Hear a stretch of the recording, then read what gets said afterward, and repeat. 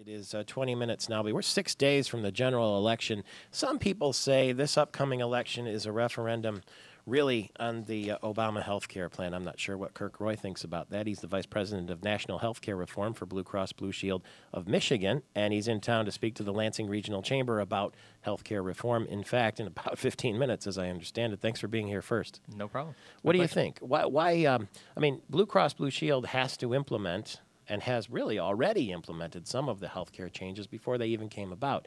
But it's contentious still, politically. I think it is politically contentious. We've taken the view that the healthcare system does need reform and change.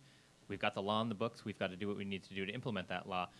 When I look at the polls from the Kaiser Family Foundation, the country is split on it. The people who think it's going in the wrong direction, some of them think it should be repealed, but even some of those people who think it's going in the wrong direction think it didn't go far enough. So I don't know what to say other than we've got work to do to fill it in, and if people in the country think it needs to be changed, well, they'll send that message to Washington. Well, the train's out of the station now. I mean, you just have to mold the tracks. Isn't that, maybe that's too simple, but that's really what's happening, isn't it? Absolutely.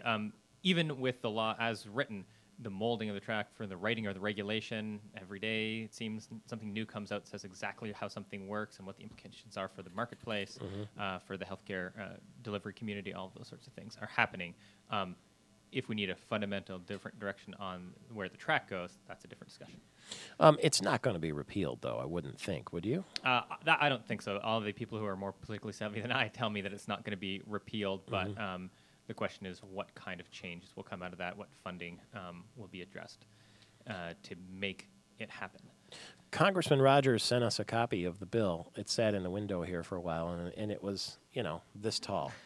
Have you read that whole thing?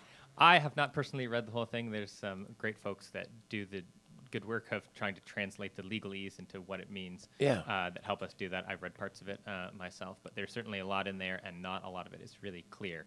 That's why we're in this environment where we're trying to make the best of it with a little bit of ambiguity. Do you think that, politically speaking, maybe the bill isn't as bad as some people make it out to be, but they see advantage in scaring people with the topic? That's a tough question. I think that there are people that see advantages in scaring people generally. So I think that's true here. I think that there are good parts of the bill. There are parts of the bill that could be, or the law, I guess it's just not a bill anymore, that certainly could be improved. But the direction about how to operate a health insurance company, the law goes a long way. The things that we believe at Blue Cross and Shield are the right thing to do and the things we've been doing for a long time. So we would say that there are good things. Could it be improved? Certainly. There are lots of issues. Cost is not directly addressed in a large portions of the bill, and that's a big issue for everybody in healthcare, and we understand that. Which part of the law keeps you up at night? What worries you?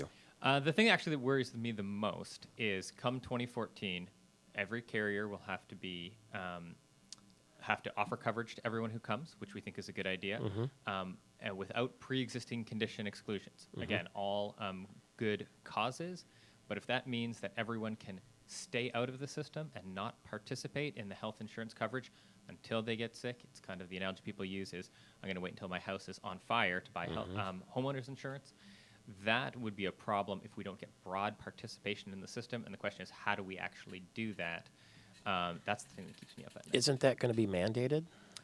It's not mandated in coverage. There's a penalty if an individual doesn't have qualified coverage. That penalty doesn't have a lot of teeth in my regard. It's grades up to $695 per person per year, which compared cost of health coverage is relatively low. So there are some people who might sit out, pay the penalty, and if they need services, go in and use that. They take their chances. They would take their chances, but it depends on how they structure the regulation about how you can buy insurance. If you can actually wait till your house is on fire, I wouldn't pay the homeowner's premium if I could wait.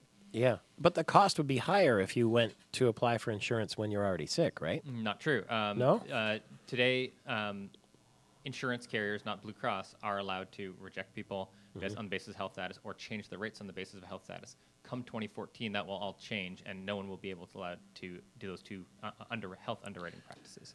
That sounds like a big, big problem. When you asked me what was keeping me up at night, that's why I said that was it. I mean, if you can say, well, let's see what happens, and at the end of the year, so they put $690 on my taxes or whatever, take it out of my return. Oh, well, that's how it goes. So, yeah, I think that is a big problem. So, what do you do about that problem? I think it's incumbent upon our regulators and policymakers to think about how do we get broad-based engagement. What are the rules around not being able to buy homeowners insurance while your house is on fire? We think people should have access to that health insurance, but they should, quote unquote, do the right thing and make sure that they are protecting themselves and taking that responsibility so that we can all make it work for the long term. Our engineer is playing the song Love is Blue for you off here. He has a funny sense of humor. Blue Cross Blue Shield, the Michigan Vice President of National Healthcare Reform, is about to go over and speak to the Lansing Regional Chamber. Kirk Roy, thanks for being here, and I hope you do get some sleep, and you wear a blue jacket. That's very appropriate. That's right. I keep it blue. Great to see you.